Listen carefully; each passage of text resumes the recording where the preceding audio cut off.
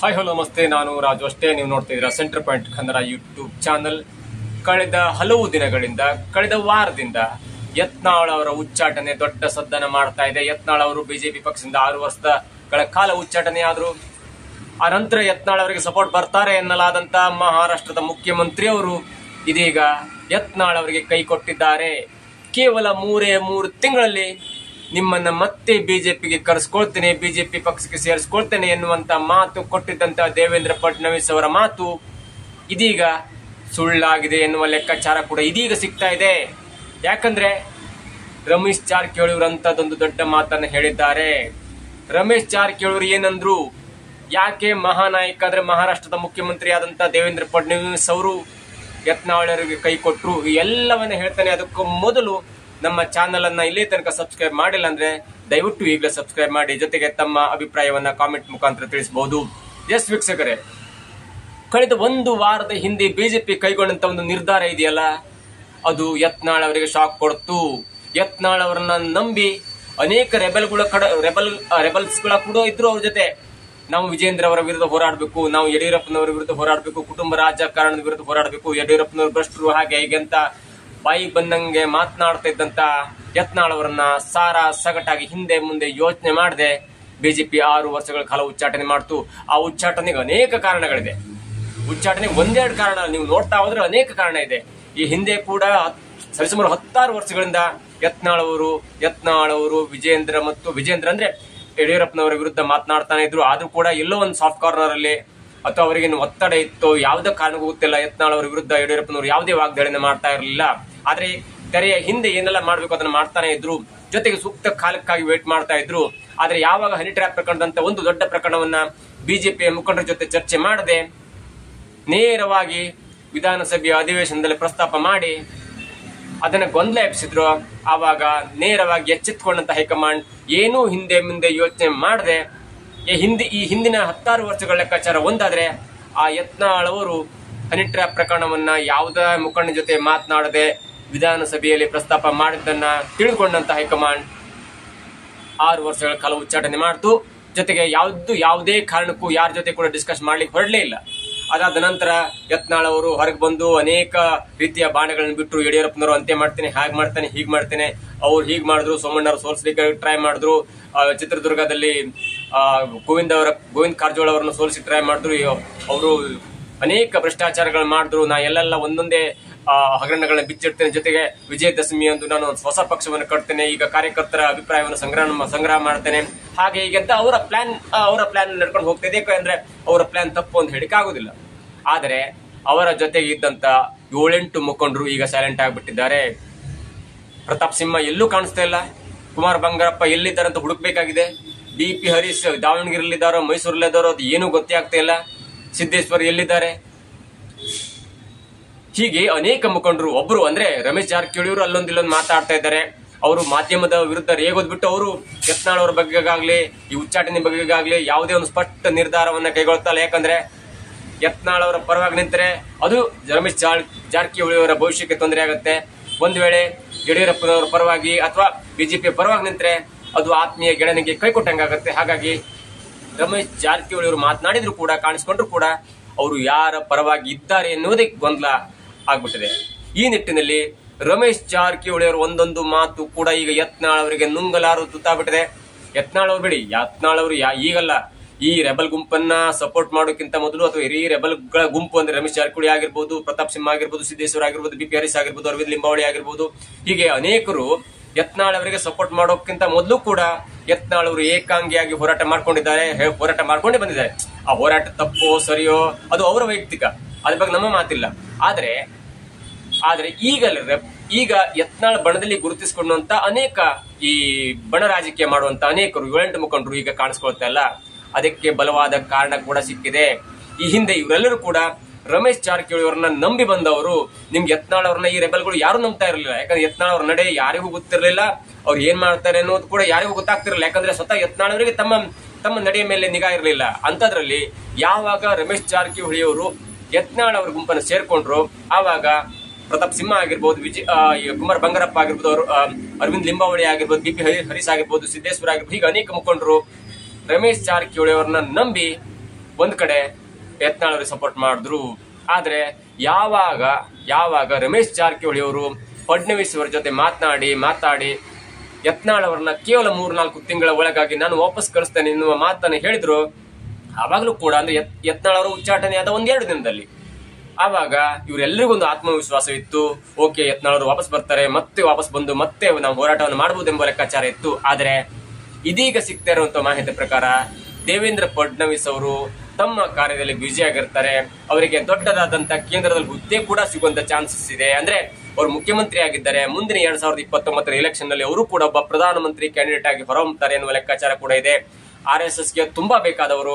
ಮೊನ್ನೆ ಪ್ರಧಾನಿ ಮೋದಿ ಅವರು ನಾಗ್ಪುರದ RSS ಕಚೇರಿಗೆ ಭೇಟಿ ಕೊಟ್ಟಾಗಲೂ ಕೂಡ ಮಹಾರಾಷ್ಟ್ರದ ಮುಖ್ಯಮಂತ್ರಿ ಆದಂತಹ ದೇವೇಂದ್ರ ಫಡ್ನವೀಸ್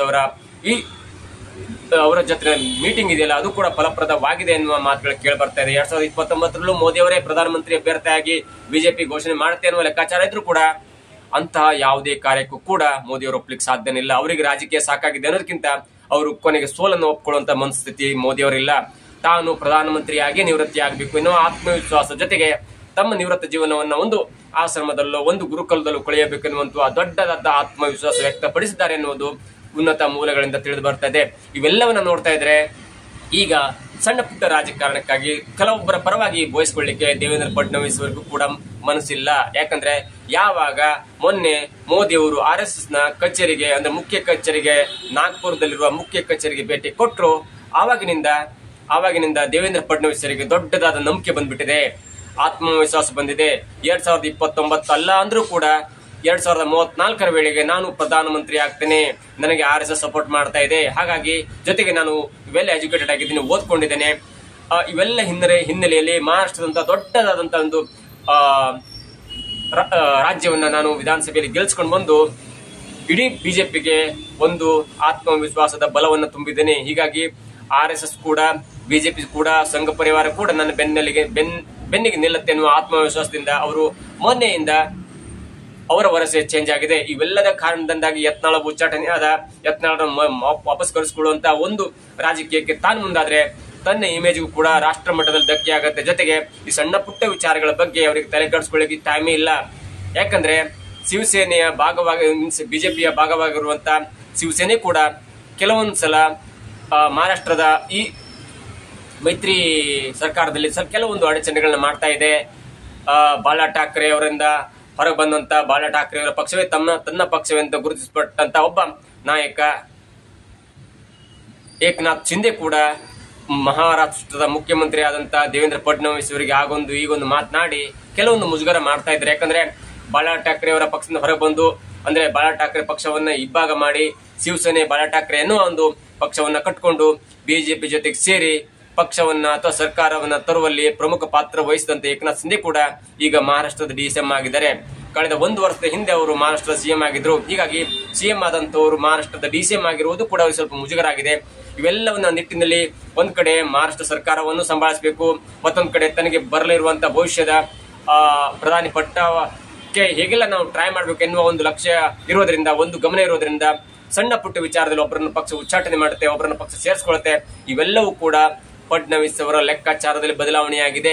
ಹೀಗಾಗಿ ಯಾವುದೇ ಕಾರಣಕ್ಕೂ ಕೂಡ ಯತ್ನಾಳ್ ಅವರನ್ನ ವಾಪಸ್ ಕರೆತರುವಲ್ಲಿ ಮಹಾನಾಯಕ ಕೊಟ್ಟಂತ ಅಂದ್ರೆ ದೇವೇಂದ್ರ ಫಡ್ನವೀಸ್ ಅವರು ಜಾರಕಿಹೊಳಿ ಅವರಿಗೆ ಕೊಟ್ಟಂತ ಮಾತು ತಪ್ಪುದ್ರಲ್ಲಿ ಯಾವುದೇ ಲೆಕ್ಕಾಚಾರ ಇಲ್ಲ. ಜೊತೆಗೆ ಅವರು ಪರೋಕ್ಷವಾಗಿ ಹೇಳಿದ್ದಾರೆ, ನನಗೆ ಈಗೀಗ ದೊಡ್ಡ ದೊಡ್ಡ ತಲೆನೋವು ಇದೆ, ದೊಡ್ಡ ದೊಡ್ಡ ಗಮನ ಇದೆ, ದೊಡ್ಡ ದೊಡ್ಡ ಕಾರ್ಯಾಚರಣೆ ಇದೆ, ದೊಡ್ಡ ದೊಡ್ಡ ಪಕ್ಷದ ತಂತ್ರ ಇದೆ. ಹಾಗಾಗಿ ನೀವು ನಿಮ್ಮ ವಿಚಾರವನ್ನು ನೀವೇ ಬಗೆಹರಿಸಿಕೊಳ್ಳಿ. ನಮ್ಮ ಹೈಕಮಾಂಡ್ ಯಾವ್ದಾದ್ರು ಒಂದು ನಿರ್ಣಯ ಕೈಗೊಂಡ್ರೆ ಅದಕ್ಕೆ ಒಂದು ಲೆಕ್ಕಾಚಾರ ಇರುತ್ತೆ. ಹೈಕಮಾಂಡ್ ಮನಸ್ಸನ್ನ ಬದಲಾಯಿಸಿ ಹೈಕಮಾಂಡ್ ಕೂಡ ರಿವೋಕ್ ಮಾಡಬಹುದು. ಆದ್ರೆ ಇದರಲ್ಲಿ ಈಗ ಸದ್ಯದ ಮಟ್ಟಿಗೆ ನಾನು ಭಾಗವಹಿಸುವುದು, ನಾನು ಅಲ್ಲಿ ಕಡ್ಡಿ ಅಲ್ಲಾಡಿಸುವುದು ಸರಿ ಅಲ್ಲ ಎನ್ನುವುದು ಇದೀಗ ಮಹಾನಾಯಕನಾದಂತ ಮಹಾರಾಷ್ಟ್ರದ ಮುಖ್ಯಮಂತ್ರಿ ಆದಂತ ದೇವೇಂದ್ರ ಫಡ್ನವೀಸ್ ಅವರು ರಮೇಶ್ ಜಾರಕಿಹೊಳಿ ಅವರಿಗೆ ನೇರವಾಗಿ ಹೇಳಿದ್ದಾರೆ. ಈ ಮುಖಾಂತರ ರಮೇಶ್ ಜಾರಕಿಹೊಳಿ ಅವರ ಮಾತಿನಿಂದ ಒಂದು ಸ್ಪಷ್ಟವಾಗುತ್ತೆ, ಯಾವುದೇ ಕಾರಣಕ್ಕೂ ಯತ್ನಾಳ್ ಅವರು ಬೇರೆ ಪಕ್ಷ ಕಟ್ಟಲ್ಲ. ಈಗಾಗಲೇ ಹಿಂದೂ ಪಕ್ಷವಾಗಿ RSS ನ ಸಪೋರ್ಟ್ ಅನ್ನು ಹೊಂದಿರುವಂತಹ ಬಿಜೆಪಿ ಇದೆ. ಹಾಗಾಗಿ ನಾವೆಲ್ಲರೂ ಕೂಡ ಬಿಜೆಪಿಯ ಕಟ್ಟಾಳುವಾಗಿದ್ದೇವೆ, ಬಿಜೆಪಿಯ ಕಟ್ಟ ಕಾರ್ಯಕರ್ತರಾಗಿದ್ದೇವೆ. ಹಾಗಾಗಿ ಮತ್ತೊಂದು ಹಿಂದೂ ಪಕ್ಷ ಕಟ್ಟುವುದರಲ್ಲಿ ಯಾವುದೇ ಅರ್ಥವಿಲ್ಲ. ಯತ್ನಾಳ್ ಕೂಡ ಅವ್ರು ಮಾತನಾಡಿರ್ಬಹುದು, ಸಿಟ್ಟಿನಲ್ಲಿ ಮಾತನಾಡಿರ್ಬಹುದು, ಆದ್ರೆ ಮತ್ತೊಂದು ಹಿಂದೂ ಪಕ್ಷವನ್ನ ಕಟ್ಟಲಿಕ್ಕೆ ಅವರು ಕೂಡ ಹೋಗೋದಿಲ್ಲ. ವಿಜಯದಶಮಿ ಆಗ್ಲಿ, ದೀಪಾವಳಿ ಆಗ್ಲಿ, ಅಥವಾ ಯಾವುದೇ ಹಬ್ಬದಲ್ಲೂ ಕೂಡ ಅವರು ಒಂದು ಪಕ್ಷವನ್ನ ಸ್ಥಾಪನೆ ಮಾಡ್ತಾರೆ. ಕಾರ್ಯಕರ್ತರ ಅಭಿಪ್ರಾಯವನ್ನು ಸಂಗ್ರಹ ಮಾಡ್ತೇನೆ ಅಂದ್ರೂ ಕೂಡ ಅದಕ್ಕೆ ದೊಡ್ಡದಾದ ಮಹತ್ವ ಬೇಡ. ಅವರು 3-4 ತಿಂಗಳು ವಾಪಸ್ ಬರ್ತಾರೆ ಎನ್ನುವ ವಿಶ್ವಾಸ ಇತ್ತು ಎನ್ನುವ ಒಂದು ಅನ್ಬ್ಯಾಲೆನ್ಸ್ ಸ್ಟೇಟ್ಮೆಂಟ್ ಅನ್ನು ಕೊಟ್ಟಿದ್ದಾರೆ. ಈ ಮುಖಾಂತರ ನಮ್ಗೆಲ್ಲ ತಿಳಿಯುತ್ತೆ, ಅಥವಾ ಈ ಮೂಲಕ ತಿಳಿದು ಬರುವುದು ಏನಂದ್ರೆ, ಮಹಾರಾಷ್ಟ್ರದ ಸಿಎಂ ಆದಂತ ದೇವೇಂದ್ರ ಫಡ್ನವೀಸ್ ಅವರು ಯತ್ನಾಳ್ ಅವರಿಗೆ ಕೈ ಕೊಟ್ಟಿದ್ದಾರೆ ಎನ್ನುವ ಒಂದು ಖಚಿತ ಮಾಹಿತಿ ಇದೀಗ ಸಿಗ್ತಾ ಇದೆ. ನೀವು ನೋಡ್ತಾ ಇರಿ, ಇನ್ನು ಮುಂದೆ 3-4 ತಿಂಗಳಲ್ಲ, 3 ವರ್ಷಗಳಾದ್ರೂ ಕೂಡ ಯತ್ನಾಳ್ ಅವ್ರನ್ನ ಬಿಜೆಪಿಗೆ ಸೇರಿಸಿಕೊಳ್ಳುವಂತ ದೊಡ್ಡ ಪ್ರಯತ್ನಕ್ಕೆ ಬಿಜೆಪಿ ಕೈ ಹಾಕುವುದಿಲ್ಲ. ಯಾಕಂದ್ರೆ ಸದ್ಯ 2028 ತನಕ ರಾಜ್ಯದಲ್ಲಿ ಯಾವುದೇ ದೊಡ್ಡ ಚುನಾವಣೆ ಇಲ್ಲ.